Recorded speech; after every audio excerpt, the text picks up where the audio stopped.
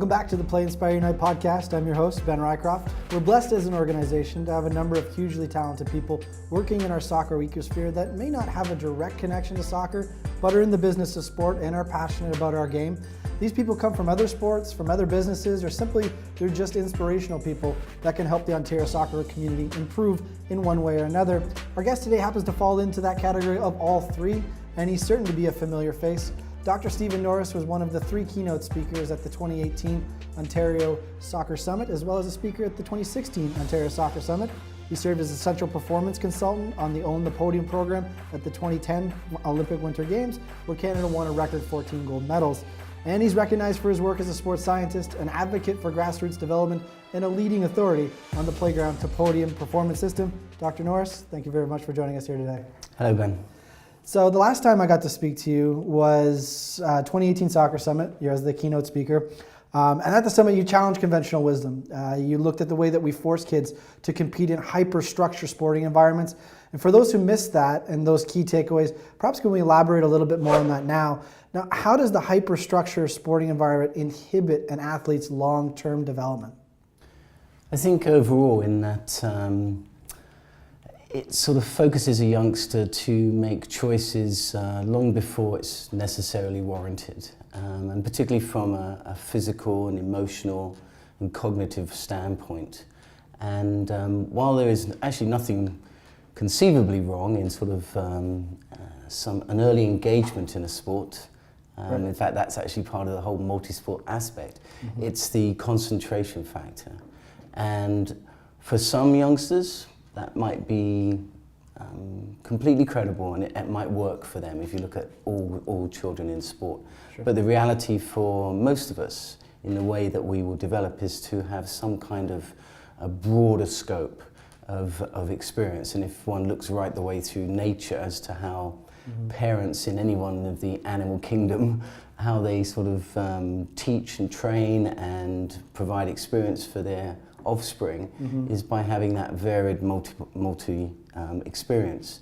The other thing for us specifically in sport is that what tends to happen then is we really drive down very professional, very expensive, very demanding programs on youngsters at a time when they're not really that well suited from a whole number of aspects towards that kind of endeavor. The other thing then is we actually ultimately start to reduce our talent pool because we start to excluding various groups of society from that. And if you're really interested in human performance, you want to keep as wide an array of the population sample involved as long as possible. Right. And then there's the other aspect of human desire. So if you like, the maturing of the drive and passion in a youngster as they really decide what they want to do and what makes them tick, as opposed to what their parents or coaches or others who have influence of them when they're young. And so for me, really, most of the problems stem around almost this professionalization of child sport that has happened over the last, certainly with increasing vigor the last decade and arguably for the last 25 years or so. One of the things I was thinking about last night when I was rewatching your summit keynote, and you said the key metric coming out of Ontario soccer should be how many athletes are still playing soccer when they finish high school. Why is the high school sort of the benchmark for you as that metric? Well, if you think about what actually controls or shapes children and youth life, it's the academic calendar. Right. And so for the vast majority, the last time that's actually going to be is the end of high school. So we can say that there's a safe period of time from, and I won't necessarily include kindergarten in this, but from grade 1 through to the end of grade 12, we know what youngsters are going to be doing largely from Monday to Friday for 45, 46 weeks of the year, with certain periods of vacation. We know when the exam periods will be, for example. We know the ascendancy of the importance of school in their lives. So we all have a clue of that, no matter where they're going with the rest of their lives. And it's almost the end of high school is that watershed point. Some may go on to further education in some structured way, depending on where that is, university, college, some kind of institute of technology, whatever it might be, and others may go on into apprenticeships, some may go into direct forms of work, some may go travel, but it's that watershed point. And I think what age group sport tends to forget about is the fact that that calendar is the greatest influence on them. And if you tie, therefore, your programming around that and realize that there's no point fighting it, you need to utilize that to your advantage as a community-based sport, then the children and youth will have a much better deal out of things. And I think it allows you to have the same type of mentality, is that you're kind of preparing them for the rest of their lives, no matter where they're going. Whatever their performance at the end of 18, is by virtue of the programming that you actually did up until that point. And in the same way that school is sort of taking a 5-year-old and getting them ready to be 6, and a 10-year-old and getting them ready to be 11, and a 17-year-old and getting them ready to be 18. Same in community sport. You're taking say a 15-year-old girl, for example, and she's been with you for a number of years. You're building the skills and the tactical awareness and the competitive experience, all those type of things, plus understanding her as a young woman, first and foremost, then the athlete and then the soccer player, is that you're trying to get her ready to be 16 and to be a better person on the planet. That's one of the things I really like what you speak about. You say develop people first, and the impact in society that it will have is not so much the medals and trophies that you win. Those are a byproduct of a well-run sports system. But for me, how do we fundamentally show parents and decision makers that this is the way to healthily develop a sporting system, not one that's focused simply on accomplishment of trophies and wins, that sort of thing? Well, I would argue this standpoint. Sport, as indeed many walks of life, are laced with poor behaviours, let's say that. Right. And none of us are immune to that. We all can make mistakes at times. It just depends on the magnitude of those mistakes. Yeah. And things we're not necessarily proud of. But, for me, sport is a very powerful vehicle for teaching so many things that are important for society at large. And at the end of the day, as I said, keeping as many children and youth involved until the end of high school, but also remembering that long term, if you believe in the regeneration process, these will be our parents of the future. Sure. And they're going to have youngsters that we hope they will put into soccer or other sports. Right. They're going to be our coaches and referees and administrators, perhaps even sponsors, certainly our politicians, and then obviously the various professions and trades for the future. So we're building a society, and if we can give them a really good grounding of understanding communication, teamwork, fairness, working hard, perhaps working hard, and losing in the short term for a long-term gain. These are almost values around life in general. So for me, it's extremely important that we understand that. And this metric of having as many children finishing the engagement in the sport as long as possible compared to how they start. This metric of retention, if you like, is very important, because it would suggest then that the environment that they're enjoying, particularly as they start to get a choice in their sort of mid to late teens. You travel the country and you observe and instruct sports from top to bottom, not just soccer, but a number of other sports. And you have a passion for our game. But where do you see the sport in Canada today and in the future? And what can you advise sort of the viewers of this podcast, how they can positively contribute to the game in their community, at their club, at their academy, in their district? Well, I'm somewhat saddened by the state of the game in Canada. Yes, we've had some remarkable performances by the female side of our high performance programs. But you can be quite caustic about that and say, well, the depth of field internationally, until recently, has not been that strong. Thank goodness it's improving rapidly. It's on an exponential climb. And therefore, I hope to see, a much greater competitive aspect to the game worldwide. And it is coming, there is no doubt about that. We lack a little bit of some of the competitive leagues that are on the men's side, which help generate that. Which brings me to the men's side, of course. Here in North America, we are somewhat isolated, although now with increasing television opportunities, we're seeing much more world soccer. I won't just say the English Premiership or Serie A or whatever it might be. We're seeing far more, which is very good. I think our youngsters getting to see that kind of football on TV, more and more interest in what North America is doing, particularly given our participation numbers. We've got whole cities here in North America, including in Canada, have more participants in soccer than some international countries do, and yet our performance levels are sadly lacking. The lack of, until again recently, a really substantial male professional league has certainly hurt North America, but again, in recent times, helped a little bit by some imports coming the other way from Europe and other places to here. I mean, the standard of the game has risen tremendously, and the interest, television, the number of people turning up literally live, which is an important marker, to actually see the games under what is a very complex landscape of professional sport in North America, Canada and the United States, and indeed into Mexico. So, we have had some challenges.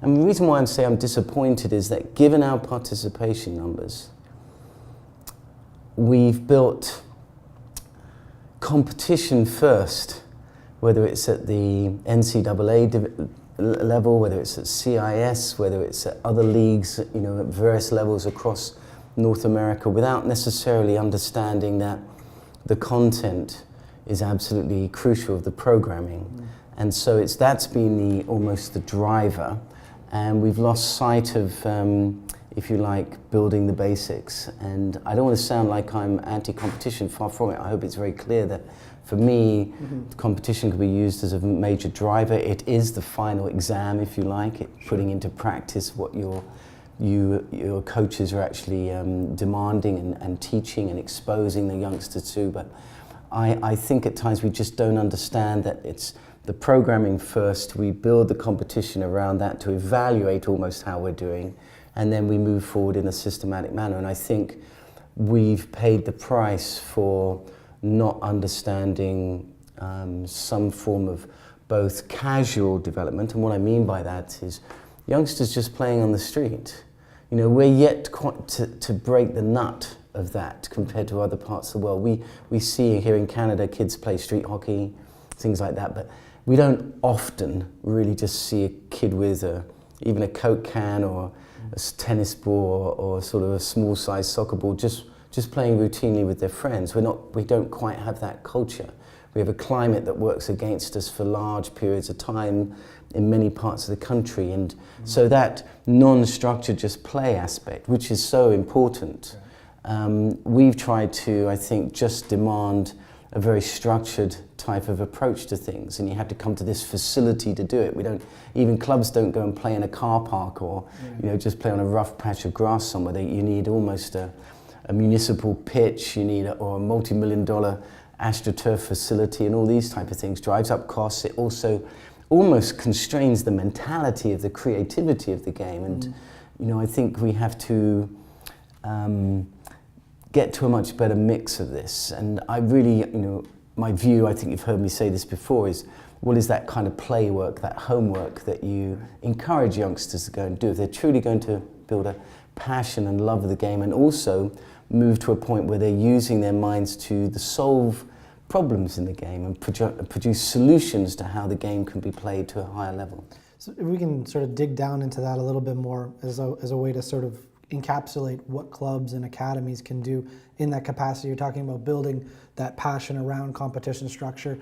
What are some things that would be, say, successful benchmarks or things that clubs and academies could be recognized by their peers for excellence in that space? What would be those takeaways that you would suggest to them? First off, I wouldn't expect at many times of the year that football, soccer, is necessarily recognizable on any given day as what you might see at a competitive event or match, right? Sure. So I would expect to see far more time when there is one participant and one ball.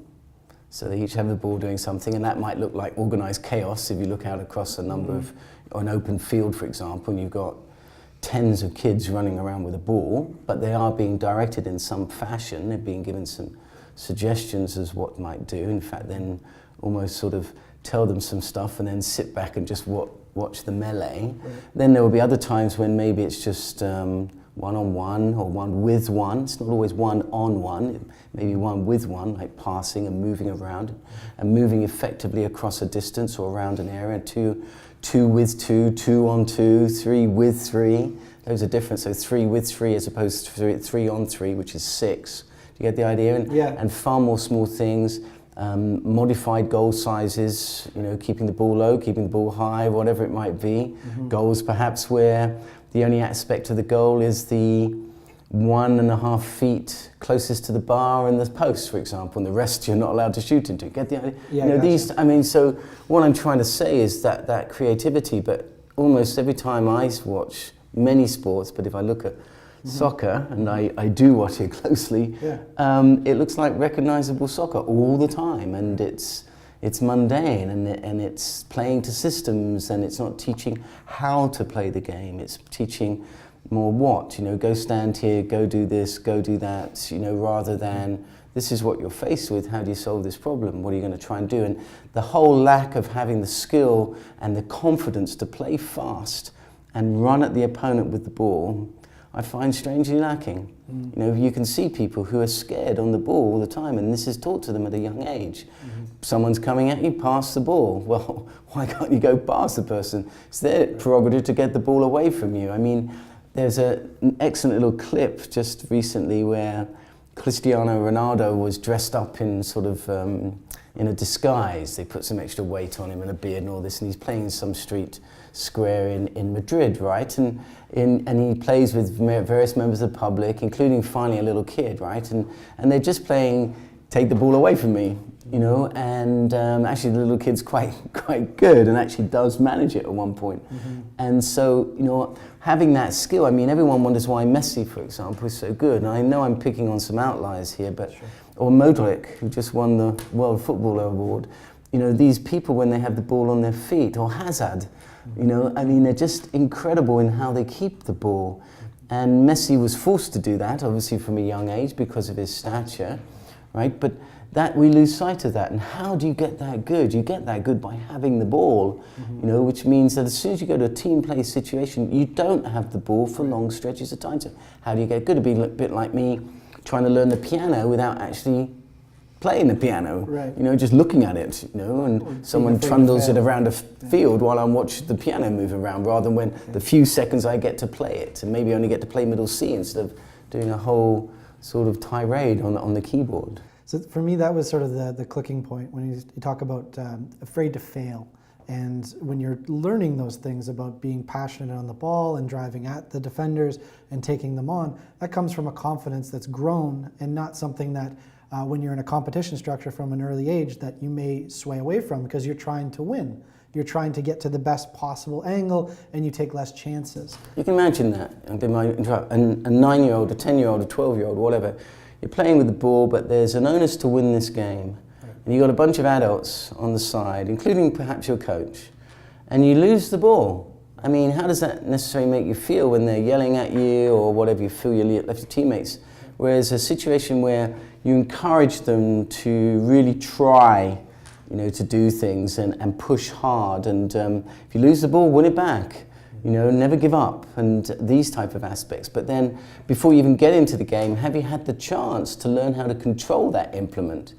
Anytime, any place, under any conditions, don't care whether it's a crosswind, whether it's weird grass, astroturf, muddy, raining, whatever it might be, playing against an older team, a bigger team, it doesn't matter. Can you control that ball? What can you do? And this comes back to really the fundamental that we talked about at the start of what is your skills matrix?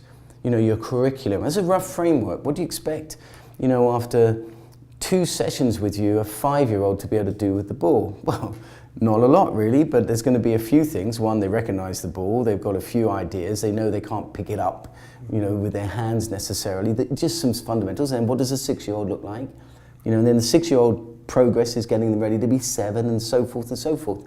And then you give them some homework, so they go home and they practice on their own and invent new stuff of their own, all this type of stuff. Right. No, the way I see it is it's almost like problem solving, and you're teaching a kid to problem solve from an early age, and if you give them the equation and say, you can only do it this way, it limits their ability later in life to sort of learn how to be a better athlete, I suppose. So that's fairly granular. I want to take it to sort of a larger audience and pull out for a second and look at it from the 30,000 foot angle.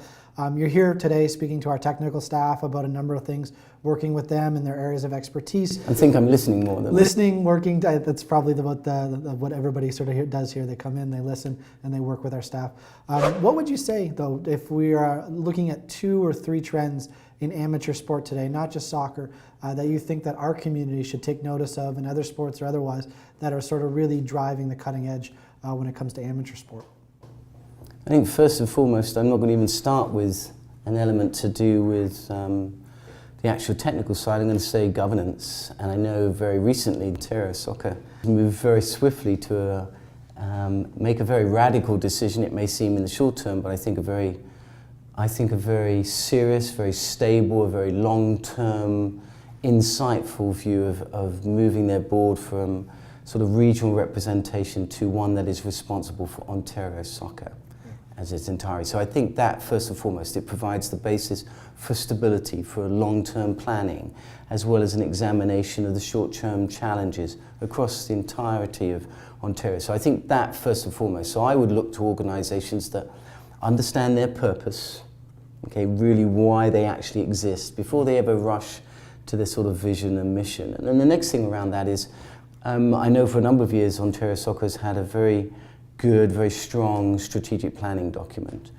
The key issue that I see across all organisations is the ones that succeed, they really live their strategy. They don't just have a strategy.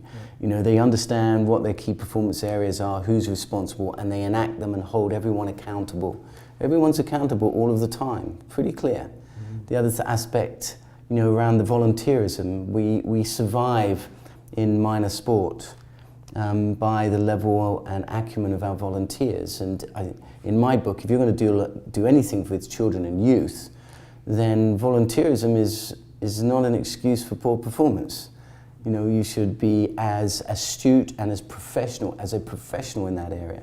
And if you're not prepared to get educated or informed about the groups you're dealing with across, as I said, both their life as well as the actual technical bits you're trying to deal with, then you shouldn't even be involved with them. So I see organisations that start to do that. And then finally, this aspect of this mission, which is meant to capture everyone, and you know, rather than just simply, you know, saying your mission and having it written up on a wall or a document and occasionally at a meeting a bit of a rah-rah. I mean, you really want to have the passion to show the world you're on a mission, and there is nothing stopping Ontario with its resources, the number of participations, the skill sets, where you can't show the world that you're a very serious development and competitive soccer organisation. So for me, it's living these things rather than just simply sort of existing.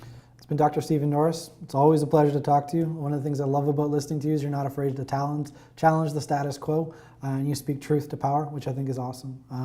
If you like what you've seen here today, please subscribe to this channel. You can hit a like on that video, as well as drop a comment or two and let us know what you thought about his conversation here today. If you're looking for more, we have a few more videos with Dr. Norris on our channel as well. His keynote speech, as well as an interview from his 2016 Soccer Summit appearance. And for Dr. Norris, again, thank you for joining us here today. It's been fantastic again speaking to you. And for him, I'm Ben Rycroft. And until we see you next time, we encourage you to play, inspire, and unite.